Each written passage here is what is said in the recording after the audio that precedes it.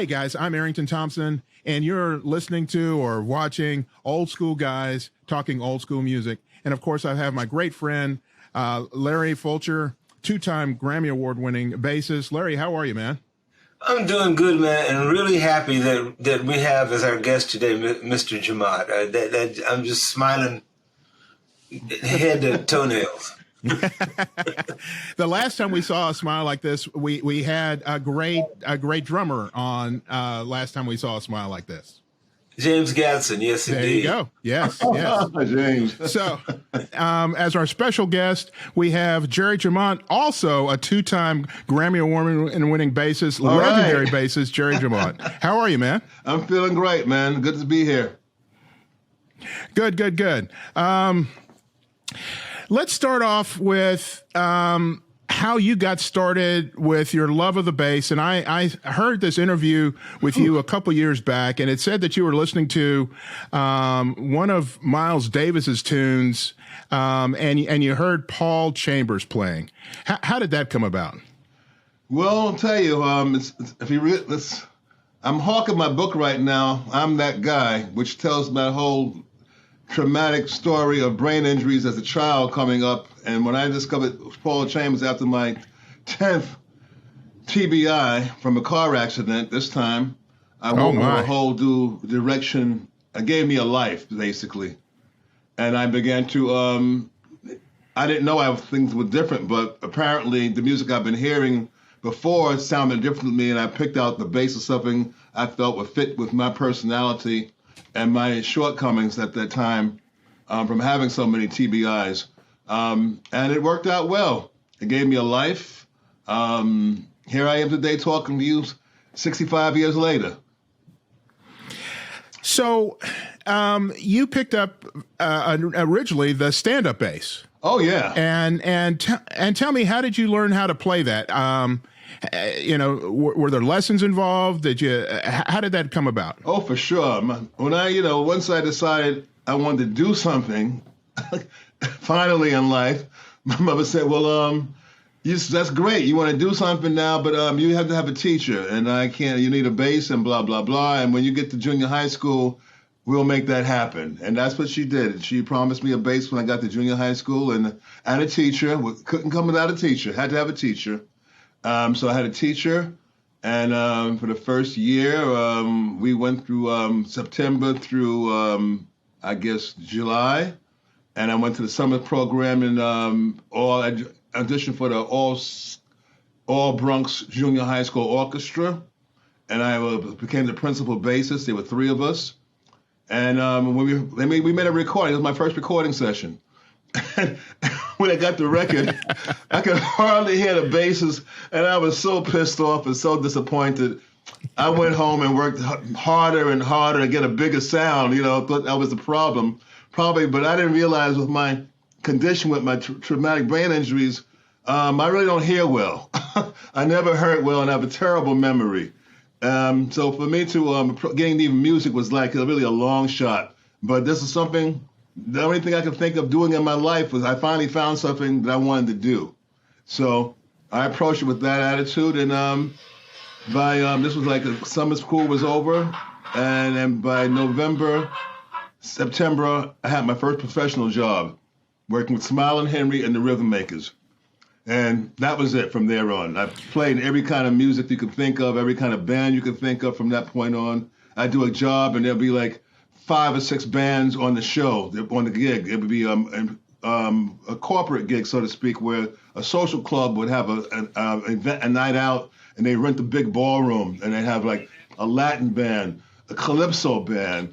You could do that. You could do that in New York, right? You could do that in New York, right? Featured vocal band. So everything was there, and we did these. This is what we did from 12 until 17, that's all I did, basically. And then I would switch to electric bass, I think I was 19 or so. And that's what people know me from.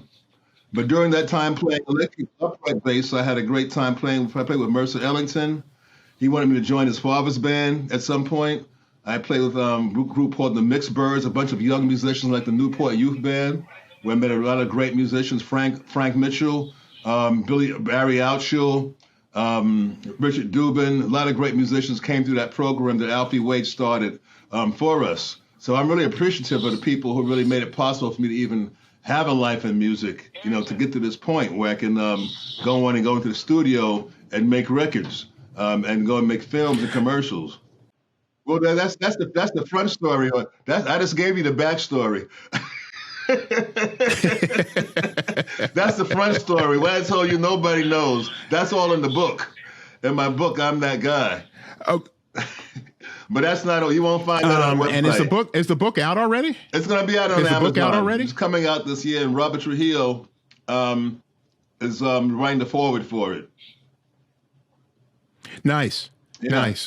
Well, I look forward to that. As a matter of fact, we should have you back on when that book is released, and we could talk through the book and hit some of the things that we are not going to hit today. I was really fascinated to find out about your connection with Jaco Pastorius. Mm-hmm.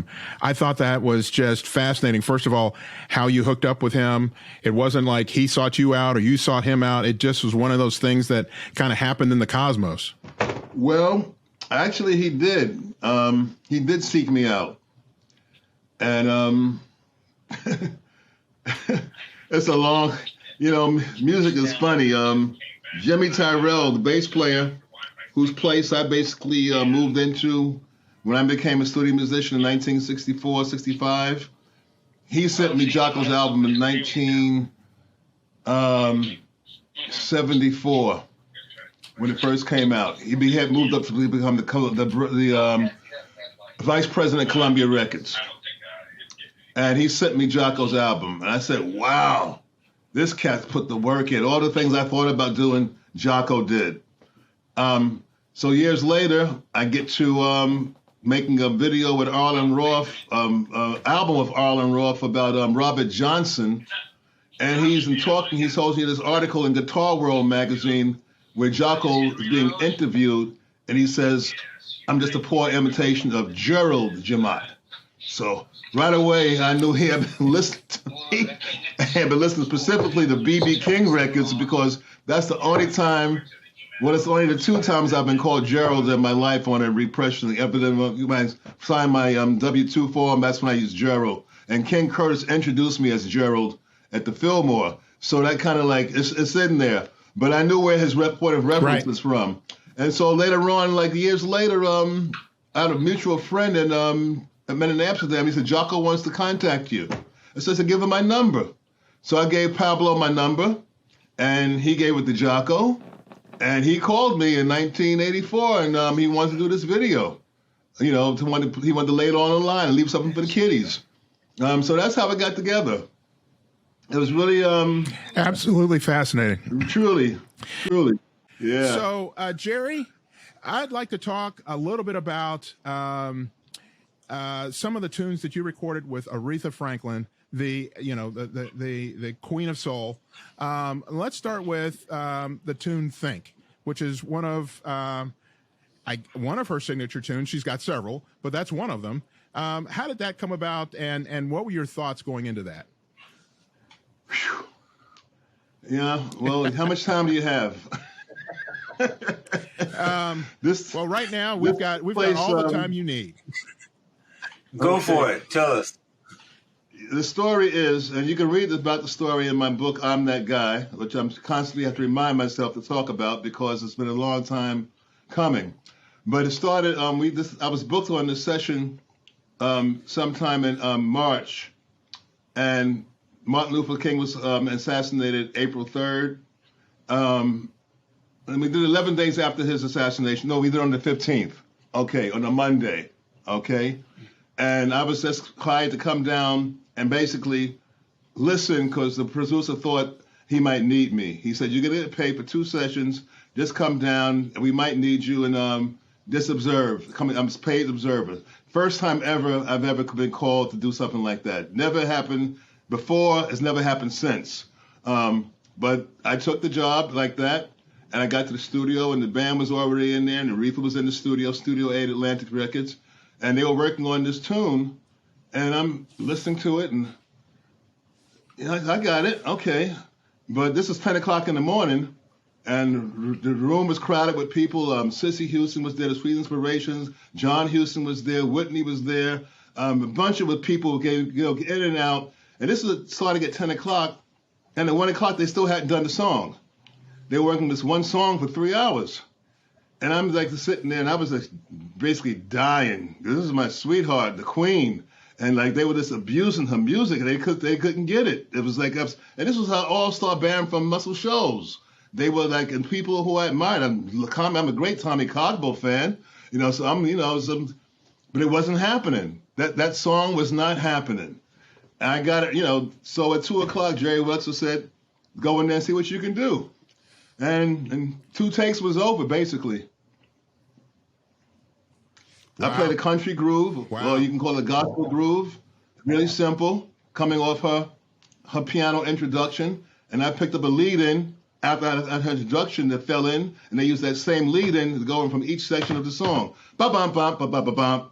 That came off her piano playing, but she's a great pianist. So it was really easy for me. I mean, from 10 o'clock, I knew I was going to play all that time. I had to wait 3 hours to play it, So that was the beginning. And then we went to You Send Me and Share Your Love and a bunch of other stuff. And I got it after the session, after that one tune, I got up to leave. And Tommy said, no, you stay here. So I stayed there for the rest of the session, and we did another session. I finished the week out. And he got on the guitar when we played Think.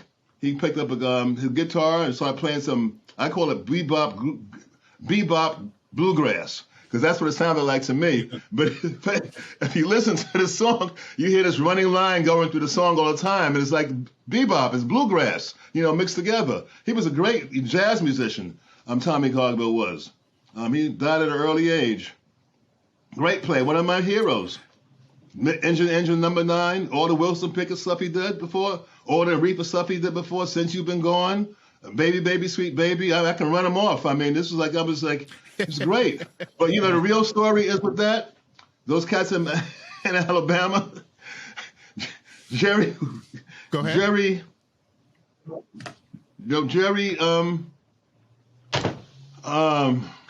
Ragavoy, Jerry Lexus Birdie, they would share tracks, and they would send them down to Rick Hall in Alabama, Muscle Shoals. They've been doing that for years. So they were like indoctrinated into this New York style of slick playing early on before Aretha got there. So it was no big deal for them to go over there, and they were very versatile because they were being fed this music from New York for years. From Jerry Wexler, from Jerry Ragavoy, me and Purdy and Herb Lavelle and Eric Gale and Billy Butler, Raleigh Richardson, we'd be doing sessions up there all the time. And they would share the information between Jerry Wexler and Jerry Ragavoy. And they would send it to Rick Hall. Now, this is coming from a person who was on the inside, Herb Lavelle, because I'm an outside man. I didn't know nothing, okay? I was just there playing.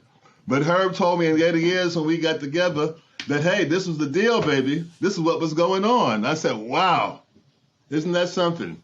But it's not surprising. There's no surprise to it. When people share information, they share files all the time. That's why I don't like to listen to music, because I don't want to copy anybody.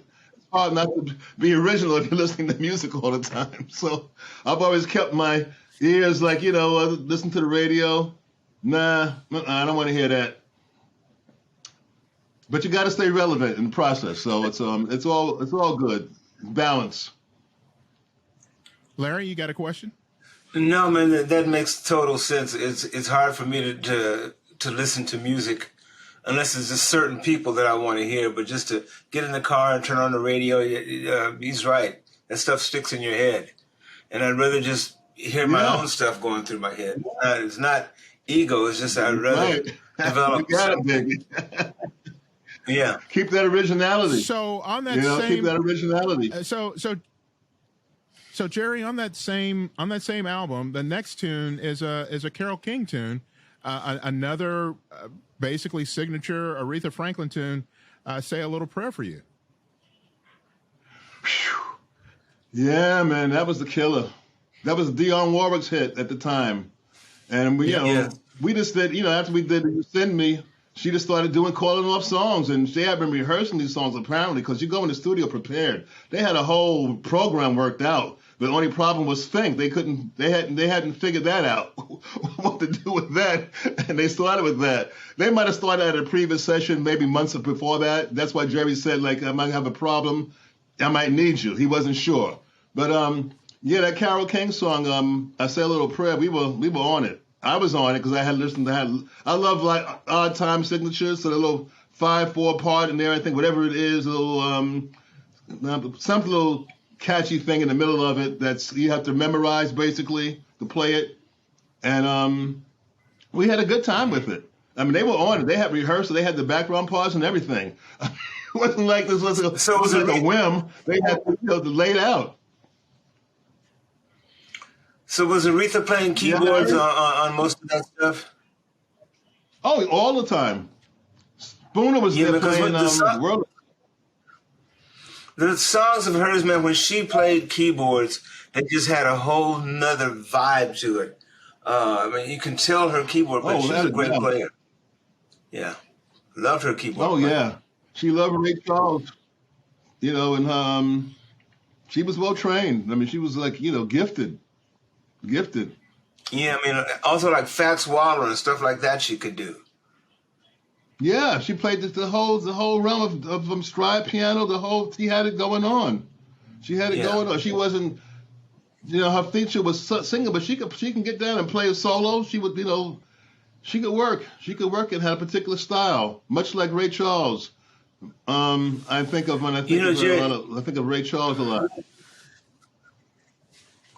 The first time I saw Aretha, I was a kid, and she was her father came through Houston doing a revival, and he had this sermon called "The Eagle Stirs His Nest," which was one of his more popular sermons. And he says, "I'm going to have my 13-year-old daughter come out here and sing," and man, she just came out and ripped the place apart, and it's like.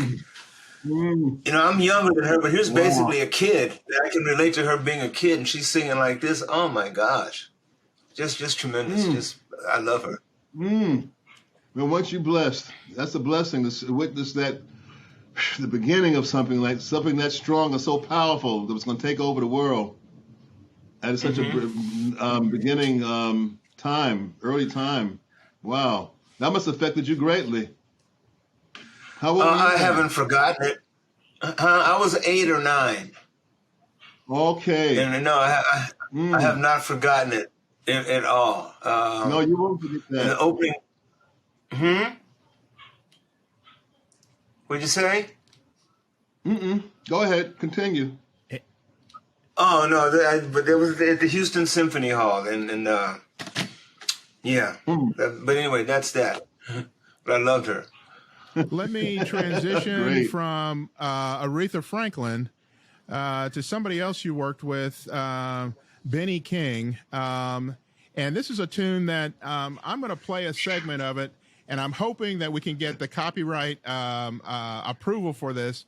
And the reason I'm playing it is that unless you were growing up at the time, I think you may not have heard this tune. But I first of all, I love the bass playing, and it was a wonderful tune. Supernatural. Oh yeah! Wow, Reese. Yeah, very. Usually don't play that slow. So how did that come about? How did that, Jerry? How did that song come about? And that bass line, which is absolutely fabulous. I have to look. After years of working. Pull a chart in front of you. Sometimes there's no music. Sometimes there is music. I got to hear a title of a song. Tell me what the song is. I'll figure out what it's about, and then I'll tell a story. Al Fontaine called me for that gig. I remember that. We had a good time. We did Buffalo Soldiers also in that same studio. But, it's about you want to tell a story. Your music's about storytelling.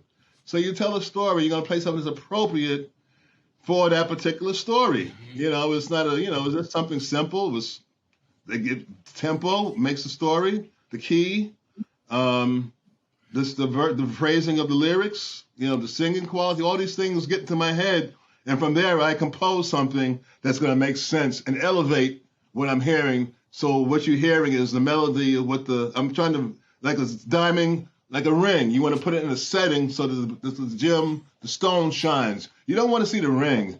You want to see the stone. You don't want to see the ring. You don't want to see the setting, actually. You just want to see the stones. So that's what it's about. That's the way I look at, creating music, basically, apart from the bass perspective. Supportive. But they would turn the knob up and make my bass louder than I would want it to be. That's the reason I chose the bass, because you could hardly hear it. I said, I don't want to do that. It's in the background. You don't got to be in front. You can be, invisible.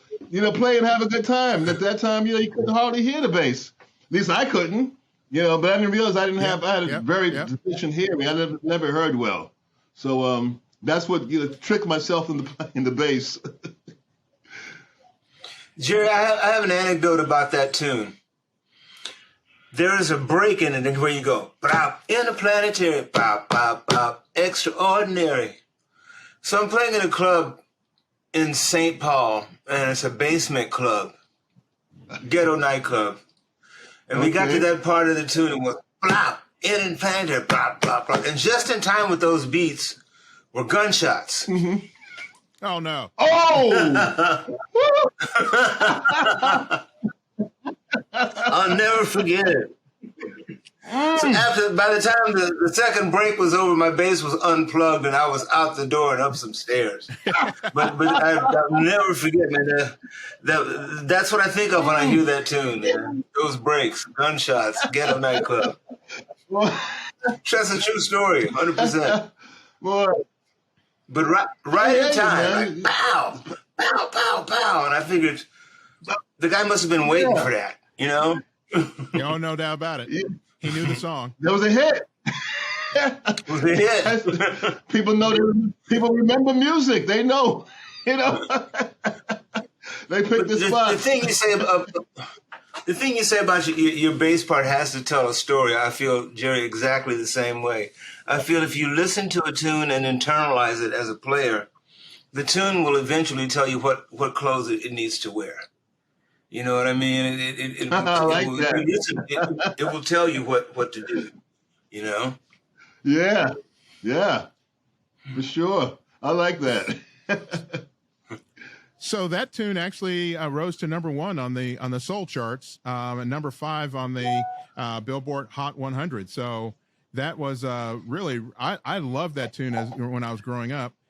And let's transition to a tune that is, for some reason, through the last several recordings that we've done of this show, I've used the word quintessential about 1,000 times. I don't know why. I'm stuck on it.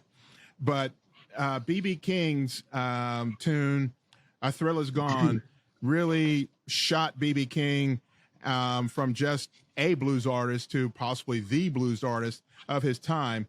And Jerry, you were part of that. How did you become a part of that? And what were your thoughts when you were first recording this song? Well, Hal was Herb Lavelle. He was the contractor. My partner, actually, he part-time producer in terms of mastering and recording the song. And that particular song was done in November. We were in the studio in June.